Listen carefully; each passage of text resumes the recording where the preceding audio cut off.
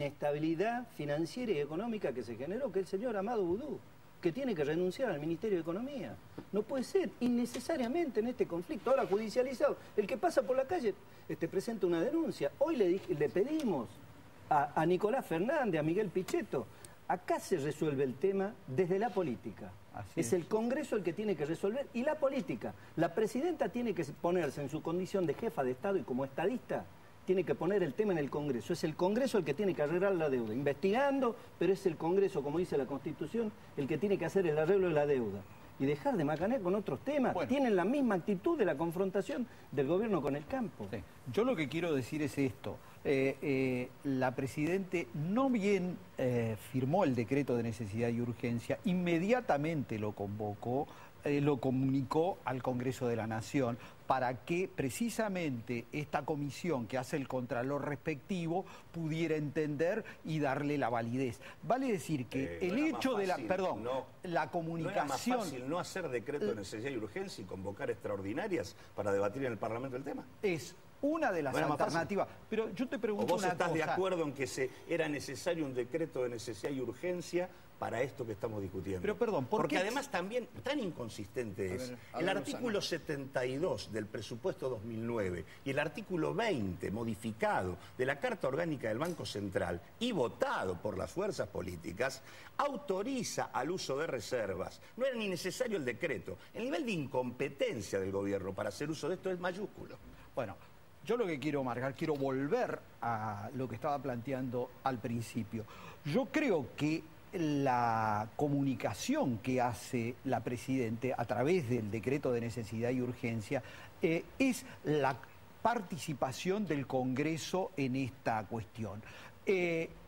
Quiero decir que este mecanismo de los decretos de necesidad y urgencia no es un mecanismo de este gobierno. Hace 140 años que existe en la Argentina y forma parte de la práctica institucional. Y efectivamente, y todos los gobiernos han apelado a esto. ¿Y cuándo existen los decretos de necesidad y urgencia? Generalmente es una situación de excepción que generalmente funcionan cuando el Congreso no está en sesiones ordinarias. Bueno, eso no se discute, lo que se discute es que el Congreso está en un proceso de formación de una opinión para ratificar o no los decretos de necesidad y urgencia. Entonces la justicia dice, no toquen las reservas hasta que el Congreso funcione. ¿Por qué el gobierno se opone a que funcione el Congreso? ¿Pero cómo se va a oponer a que funcione el Congreso? Pero si les pedimos, lo primero que hace la Presidenta es comunicarse. No hubiera habido ninguna presentación judicial. No hubiera habido ninguna presentación judicial si hubiera convocado extraordinaria para debatir el tema. La presentación judicial... No hubiera habido presentaciones judiciales si es que el gobierno... Si hubiera venido una propuesta del oficialismo a la sesión extraordinaria del Parlamento. Yo creo que desde un principio la idea fue, siempre por parte de la oposición, precipitar a la convocatoria a extraordinarias. Y cuando no consiguió que el Poder Ejecutivo convoque a extraordinaria,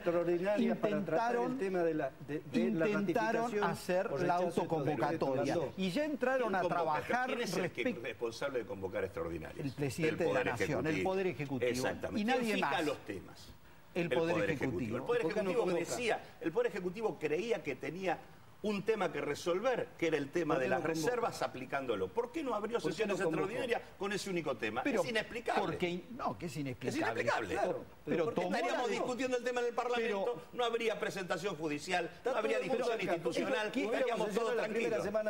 Que la presentación judicial, justamente yo lo explicaba antes, tiene que ver con intentar judicializar la cuestión y llevar a otro poder al terreno estrictamente político. Decirle a la Presidenta que hay que cumplir la ley y cumplir el funcionamiento de la institución. El Congreso cambió. Se acabó, después del 28 de junio, esto de llevar atropelladamente a la oposición. Hay otro Congreso que tiene que participar en una decisión central como es disponer de las reservas. Esto es lo que hay que decirle a la Presidenta. Y que haga un golpe de timón, porque esto se judicializa y le va mal al gobierno en la justicia, y que lo resuelva la política, y que convoque al Congreso, y va a encontrar al radicalismo discutiendo de qué manera se puede arreglar la deuda y de qué manera se cancelan los compromisos. Y después la cuestión de Redrado, sí, vamos a revisar también la deuda.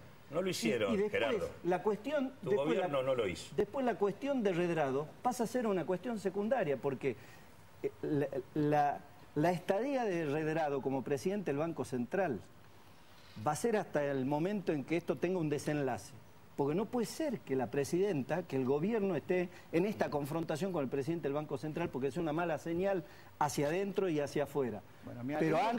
Bueno, pero antes tiene que resolverse este tema. Si la presidenta convoca al Congreso, va a encontrar seguramente a la oposición discutiendo cuáles son los mecanismos de salida para no atar al gobierno de pie y vamos cerrando. Hoy, Landó, perdón, puede haber... Sí, no, tiene su... Pero justamente sí. Hoy que teníamos la posibilidad de suscribir un dictamen único aprobando el desplazamiento de Redrado, lamentablemente hubo dos dictámenes, uno a favor del desplazamiento y otro en contra del desplazamiento. Hubiera sido una señal mucho más concreta, tanto para la justicia como para el Poder Ejecutivo, que hubiera habido una unidad en esta concepción en cuanto al rechazo y al desplazamiento de Martín Redrado.